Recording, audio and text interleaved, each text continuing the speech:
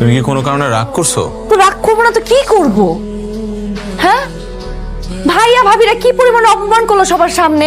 4-5 হাজার টাকা দিয়ে তুমি একটা গিফট কিনে দিলা। এই খেলাটা না কিনে একটু দামি খেলা তো কিনে দিতে পারতাম, তাই না? আমি বলছিলামও তোমাকে, না সেটা করলা না।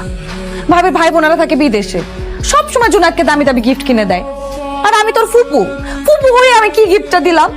কথা তো শোনাবেই। ও আগে আমার একটু লাস। হ্যাঁ বলো।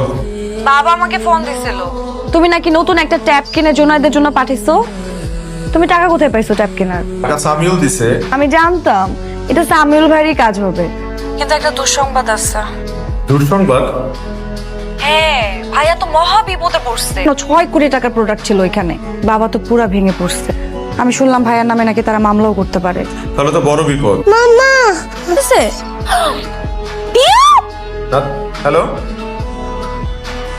রাকিব খুব সহজ সরল একজন মানুষ, ও এতগুলো টাকা কিভাবে জোগাড় করতো? ভাবি আই এম সরি, আমি একটা কথা আপনার কাছে গোপন করেছি। আপনি যে কোম্পানিটা দেখেন সেই কোম্পানির মালিক আমি না, আমি কর্মচারী, রাকিব মালিক। কিন্তু ও আমাদের কাছে কেন লুকাবে? রাকিব মধ্যবিত্ত জীবন চায়। আমার না বিশ্বাস হচ্ছে না। সামিল যা বলেছে সবই সত্যি। 6 কোটি? হ্যাঁ, আপনার ব্যাংক লোনের পরিমাণ তো এটাই ছিল নাকি?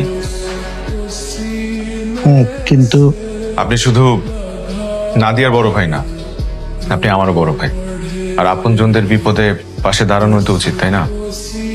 দেখো ভাই, আমি তোমাকে না বুঝে অনেক সময় ছোট করে অনেক কিছু বলে ফেলছি ভাই, প্লিজ আমাকে ক্ষমা করে দিও। না না ভাইয়া, আপনজনদের কখনো ক্ষমা চাইতে হয় না।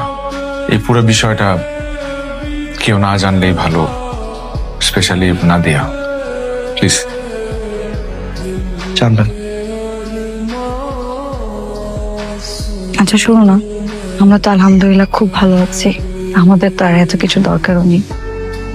তুমি তোমার ফাউন্ডেশন থেকে একটা হসপিটাল দাও না, যেখানে গরিব মানুষেরা ফ্রিতে চিকিৎসা করাতে পারবে। তোমার চিন্তা ভাবনা এত সুন্দর, এটা তো আমার জানা ছিল না। আমি সত্যি ভাগ্যবান।